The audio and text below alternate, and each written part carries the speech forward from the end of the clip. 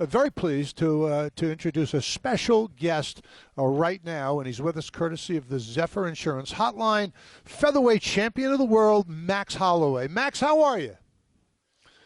I'm good. How you guys doing? We're doing great. You know, I think like a lot of Hawaii, we were kind of suffering every blow and enjoying every time you got a good one off, and as you tried to move up to become a double world champion against Dustin Porier. I think one of the questions I get asked, is this going to affect Max long time? Did it get in his head?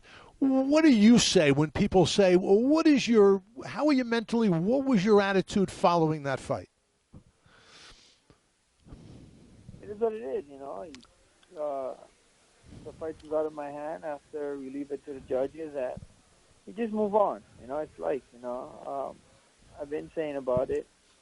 These are the things you gotta do. Sometimes you gotta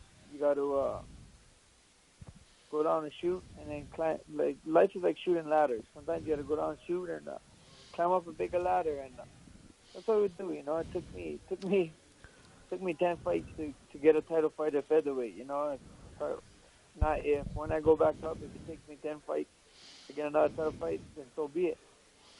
Well, one of the things, Max, and we were talking about this, I can rarely remember when someone comes out on the wrong end of a decision where they generate as much respect as you got. I mean, your grit, and it's something that everybody in Hawaii, I think it's a hallmark of Hawaii fighters in general, but you in particular, there's no give up, there's no let up, there is right to the last bell. I mean, you were at that fight. I just heard people, even nationally, people saying, my God, that Hawaiian, that's a tough guy right there.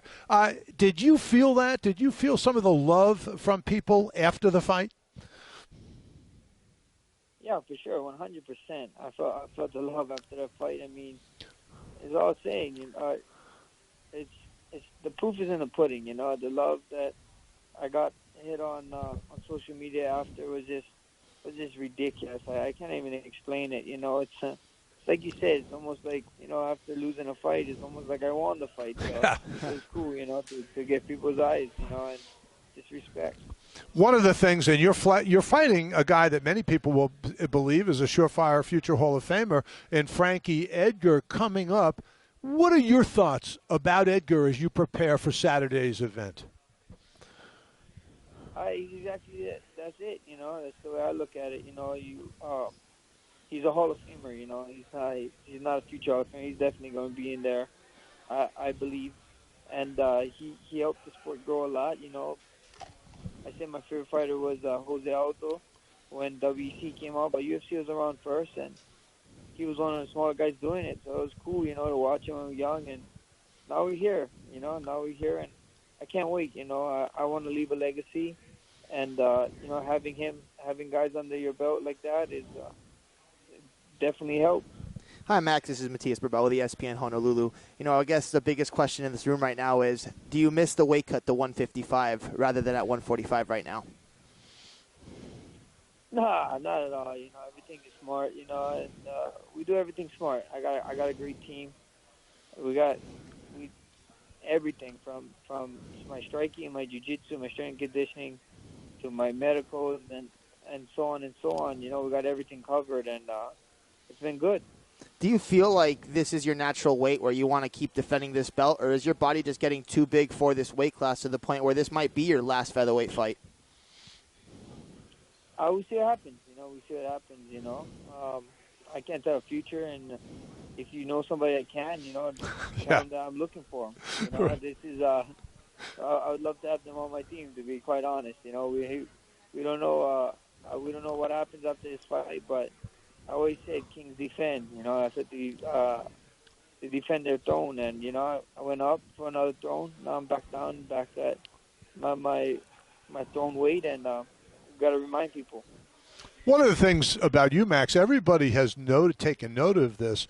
It seems like you've never, ever been in a fight against someone who's better conditioned than you are. Was that sort of part of the plan for when you first began your UFC career? Some people is just blessed with knockout power. Some people is blessed with speed, and I guess I'm just blessed with cardio. That's just we work hard. I work hard. I remember when I was all we used to do was cardio stuff when I first started training at my first ever gym, and it definitely paid off. Even the years paddling as a young kid and all the sands, running in the sand and stuff. So it paid off for sure. Max, how have you reacted to some of these local fighters getting into the UFC, like Maki Pitolo and Punahele Soriano, who we just saw at the Contender Series last night for Dana White's fights? The Hawaiian wave is riding hard, but I feel like you were almost – BJ Penn obviously started the wave, but you have really been riding this wave tremendously. You and Yancy Medeiros, and now just look at what's been coming up. I say, I got super happy for Punahele. I know that Maki is one of my main training partners for my camps when we meet them, and it's just crazy. It's just crazy to see, It's young Island. I think we got 11 people, 11 active fighters in the UFC right now, and what a time to be alive. I can't wait. Big things in store for Hawaii for sure. Well, Max, we'll let you go. We know you have a very tight schedule. We totally appreciate you taking the time to come on with us. I have to tell you, once again, the entire state of Hawaii is behind you on Saturday. Thank you guys for always for the love and support. You guys take care. Aloha. Aloha. Max Holloway, who will be in the Featherweight Championship fight, defending his title once again, this time against Frankie Edgar. Praying that his weight cut goes as smooth as possible, because we all know that Max does have to cut some weight in order to get there. And, there's a fighter, Donald Cowboy Cerrone. His natural most physical weight is at lightweight. He hates to make the cut, so he jumped up to welterweight because he likes to drink Budweiser. And that is what it is. He kicks ass in any division that he's in, and he's great in welterweight. But you know what? He wasn't the top 5. He couldn't really become that champion, so he went back down to lightweight. He's been kicking ass again in lightweight. But as I said, he likes to fight at welterweight because he could drink some Budweiser. No more Budweiser for the Cerrone right now, but two amazing fighters that could fight in both weight classes, kind of similar to Max, except for the Budweiser. Well, Max doesn't seem to have, when he's given time, I remember he tried to move up on very short notice. I think it was to fight, wasn't it to fight Khabib? Yeah. That he initially tried, and they just said the weight cut was too fast.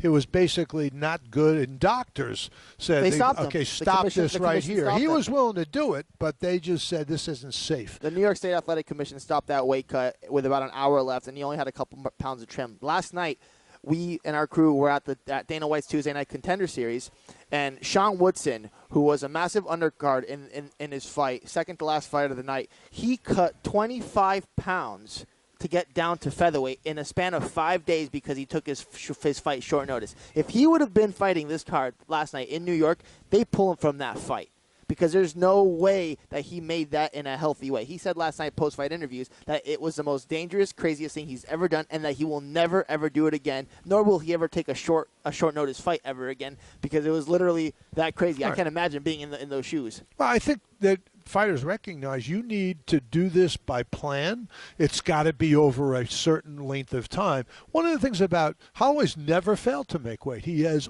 been close calls. He's a professional. He always makes it. I don't have any doubt he makes it on Saturday. Oh, most definitely. I guess we don't know until the body really gets there. As age goes, the body goes. And in this case, we've seen fighters react negatively after this weight cut. How does your body react when you cut a certain amount of weight? We've seen fighters get sick. Jose Aldo, Khabib. Khabib versus Tony Ferguson. Khabib he made weight, and then overnight he got sick because the weight that was processing back up didn't hit him correctly. And then he had to pull out of the fight because he had to go to the hospital. And there was that fight. Everything was ready to go. Literally, the weigh-ins, all was good. And the night before the fight, as he's sleeping, or before he goes to sleep, he gets a stomach virus. And we all know why, because it just wasn't working out. His body was rejecting everything that was trying to come up. Well, let me get this from you, because since you follow this so closely. Tell me how you imagine on Saturday the fight with Frankie Edgar goes. What do you expect in a perfect world for Max? How does this fight progress round by round? We have two orthodox fighters going back to back, and Max is going to use he's a very technical fighter. He's going to use his jab, but at the same time, he's going to control the octagon. He's not going to want to get put along the fence, nor is he going to want to get dropped down by Frankie Edgar, who's a natural wrestler who has become a natural MMA fighter after all these years. But Frankie will always stick to his strengths, in my opinion. And if he can't strike with Max, we'll find out really quickly in the first round who's the better striker and who's the more polished striker. In this case, if it's Max, I expect Frankie to try to wrestle Max or try to take him down and, do the ground and pound. The only thing is, we haven't seen many fighters in the featherweight division do that to Max Holloway, be able to take him down. Max has some good upper body strength, even along the cage, which makes him a special type of fighter in the division he's in. That's why he's a champion. That's why he's beat guys like Charles Oliveira, Jeremy Stevens, Ricardo Lamas, Anthony Pettis, Jose Aldo twice, Brian Ortega.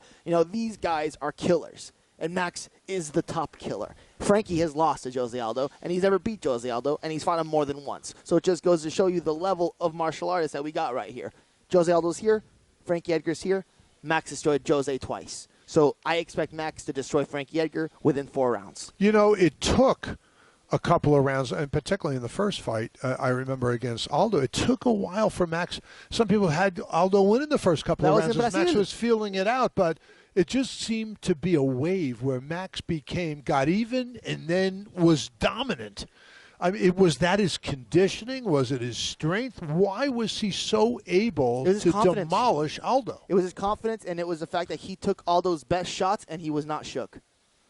Aldo landed a knee. He landed a clean left hook, which is his strongest power hand, and Max didn't feel it. Of course he felt it a little bit. He got hit in the face. Who's not going to feel it? But at the same time, it wasn't Dustin Porier hitting him in the face. It was a completely different Jose Aldo, and Max knew that he could take his best shots and keep coming at Jose without getting dropped. Do you expect that to be similar with Frankie Edgar? Does Edgar have more punching power than Aldo, or as much as Poirier? Not as much as Dustin, because he's not going to be at 155. Frankie Edgar is a former lightweight champion of the world back in the day. Frankie is not a 25-year-old cat. Frankie's up there in age. He's in his mid-30s. So, he's going to be a future Hall of Famer. He does have power. I have seen Frankie Edgar put guys to sleep, in particular Chad Mendez. So, he can do it, but it's going to have to be clean. It's going to have to be a special shot. And Max is so technical, and he's so gifted in that sense, and he's so patient. He doesn't let the fight get emotional. He doesn't let emotions take over the fight. If you see Max get hit in the face, he's not going to go charge you because he got angry. He's still going to keep his composure, and he's still going to fight his fight, which makes other fighters frustrated because he's always going to be the more technical one, as we've seen over the last 5 to 6 years. So in this case, I expect something similar. I was hoping that this fight would happen before the Dustin Poirier fight, because I thought that he would get another victory and that would just increase that win percentage that he has, and that streak. That streak is gone. But you know what? He's still a champion, and the hype is real. And as soon as Max, let's hope, if and when he wins this fight, the hype is going to be right back there, because then it's going to give him the opportunity to go back up in weight to get a big-time fight, or he could fight whoever the hell he wants in the featherweight division who's on the way up. But there's still a bunch of killers that they have to get to in order to get to Max. So the options are wide open for Max Holloway.